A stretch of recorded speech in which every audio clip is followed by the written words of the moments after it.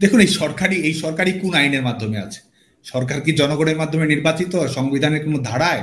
কিসের ভিত্তিতে আছে এই সরকার? কিসের সরকার? এই সরকার আজও কালো বাংলাদেশে এই সরকার অবৈধ সরকার, বেআইনি সরকার হিসেবে কিন্তু স্বীকৃত হবে। এবং বাংলাদেশ ছাত্রলীগের নেতাকর্মীদের নিষিদ্ধ হওয়ার ঘটনাও কিন্তু নতুন নয়।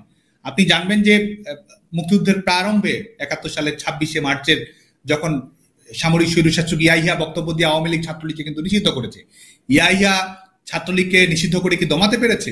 বরং ছাত্রলীগকে তারা নিষিদ্ধ করেছে, আমরা নতুন বাংলাদেশের জন্ম দিয়েছে। ছাত্রলীগ আওয়ামী লীগকে তারা নিষিদ্ধ করেছে, আমরা বাংলাদেশের স্বাধীনতা ফিরিয়ে এনেছি। তো আজকে এই দখলদার ফ্যাসিস্ট ইউনূস ছাত্রলীগকে নিষিদ্ধ করেছে, আমরা বাংলাদেশের মানুষের মৌলিক অধিকার ফিরব, বাংলাদেশের গণতন্ত্র প্রতিষ্ঠিত করব এবং বাংলাদেশের জনগণের অধিকার আমরা জনগণের কাছে সুনিশ্চিত করব। এবং ছাত্রলীগের নেতাকর্মীদের যতই তারা বাধা দিক, যতই তারা বাধা বিপত্তি ছড়াবে, বাংলাদেশ ছাত্রলীগ শক্তিশালীভাবে ফিরে আসবে।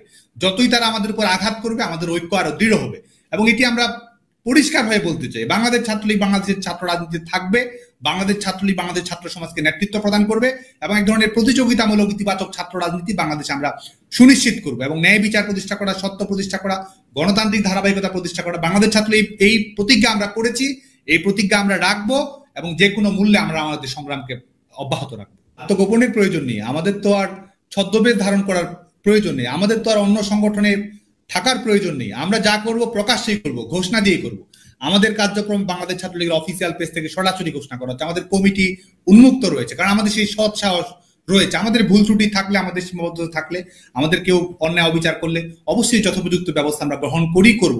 ভুল ত্রুটি থেকে আমরা শিক্ষা গ্রহণ করব। কিন্তু আমরা কখনো তারা আমাদেরকে নিষিদ্ধ বলবে কিংবা তারা যখন নিজেদের প্রকাশ্য ছিল অথচ নিষিদ্ধ ঘোষিত সংগঠনের মতো কার্যক্রম পরিচালনা করেছিল, বাংলাদেশ ছাত্রলীগ একটা মুহূর্তের জন্য নিষিদ্ধ সংগঠনের মতো গোপন কার্যক্রম চালাবে না। বাংলাদেশ ছাত্রলীগ একটা মুহূর্তের জন্য ছদ্মবেশে রাজনীতি করবে না।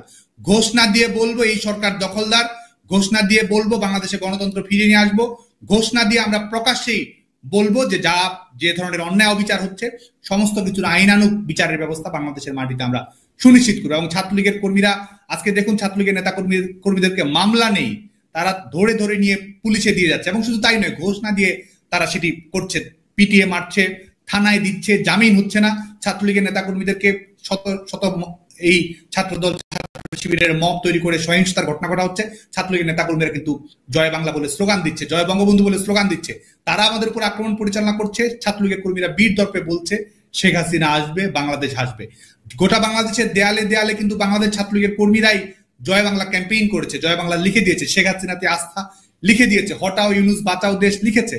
এবং বাংলাদেশ ছাত্রলীগের কর্মীরা এটি অব্যাহত রাখবে। এবং আমাদের দলের প্রয়োজন নয়, আমাদের সংগঠন, আমাদের নিজস্ব প্রয়োজন সেটি নয়। আমরা মনে করি যে বাংলাদেশে রাজনীতি থাকবে, বাংলাদেশে গণতন্ত্র থাকবে, বাংলাদেশে এক ধরনের প্রতিযোগিতামূলক রাজনীতি থাকবে, বাংলাদেশে মুক্তিযুদ্ধের অঙ্গীকার থাকবে, বাংলাদেশে এক ধরনের সমতা ভিত্তিক বৈষম্যহীন গণতান্ত্রিক সমাজের প্রতিষ্ঠা থাকবে। এবং সেই জায়গায় সবার অধিকারে যেন বাস্তবায়িত হয়, বাংলাদেশ ছাত্রলীগ সেই লক্ষ্যে ভবিষ্যতে কাজ করবে। এবং আজকে দেখুন যে তারা শিক্ষার্থীদের সঙ্গে প্রতারণার বিষয়টি যদি আপনি দেখেন, যে তারা স্লোগান দিয়েছে বঙ্গবন্ধুর বাংলায় বৈষম্যের ঠাঁই নাই, তারাই কিন্তু ধানমন্ডি ৩২ নম্বর কুড়িয়ে দিয়েছে। তারা বলছে কোটা না মেধা, উল্টো তারাই কিন্তু কোটার ভিত্তিতে গোটা বাংলাদেশে তারা নিয়োগ দিয়েছে। তারা বলেছে চাকরিতে কর্মসংস্থান চাই। শেখ হাসিনা সরকার সরকারি বেসরকারি খাতে কর্মসংস্থান নিশ্চিত করেছিল। বাংলাদেশ ছাত্রলীগের সভাপতি হিসেবে আমি বলতে পারি না একটি উদাহরণও, বরং শুধু আমি কেন, আরো কারো কোনো উদাহরণ আছে কিনা যে আমার সুপারিশে কারো চাকরি হয়েছে। আমি কখনো পিএসসি মেম্বারকে বলতে পেরেছি, শিক্ষককে অনুরোধ করতে পেরেছি যে এই চাকরিটা দেন। আমরা কখনো সেটি করিনি, কারণ সেই রাজনীতি আমরা বিশ্বাস করি না। মেধাভিত্তিক কর্মসংস্থানে আমরা চেয়েছি, অথচ আজকে বাংলাদেশে হচ্ছে কি? সরকারি চাকরির কোনো বাস্তবতা আছে? বাংলাদেশে কর্মসংস্থানের কোনো সুযোগ আছে? তো শিক্ষার্থীদেরকে ডাকা হয়েছে বঙ্গবন্ধুর নামে, কিন্তু আজকে তারা করছে ধানমন্ডি ৩২ আক্রমণ।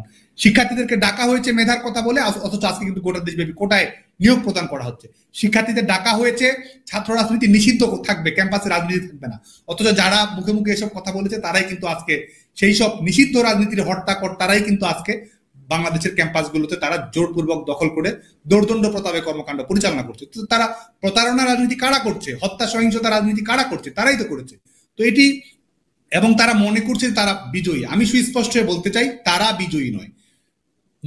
মহান মুক্তিযুদ্ধের সময়ে ১৯৭১ সালে পাকিস্তান সেনাবাহিনীর সহযোগিতায় এই রাজাকার আলবদর শামসরাও কিন্তু দৌর্দণ্ড প্রতাপ দেখিয়েছে, পেটোয়া বাহিনীর মতো বাংলাদেশের মানুষের উপর জুলুম করেছে।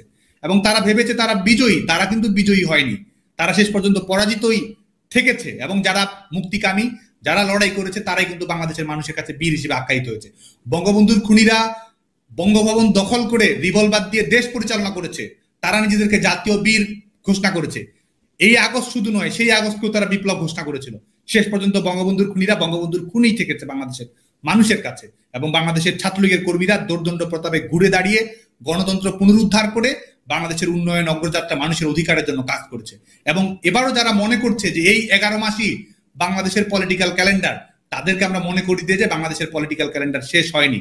বাংলাদেশের পলিটিক্যাল ক্যালেন্ডার নতুন করে লেখা হবে। 11 মাসই শেষ নয়, আরো অনেক ইতিহাস বাংলাদেশে তৈরি হবে, এবং সেই ইতিহাসের অপেক্ষায় সবাই যেন থাকে।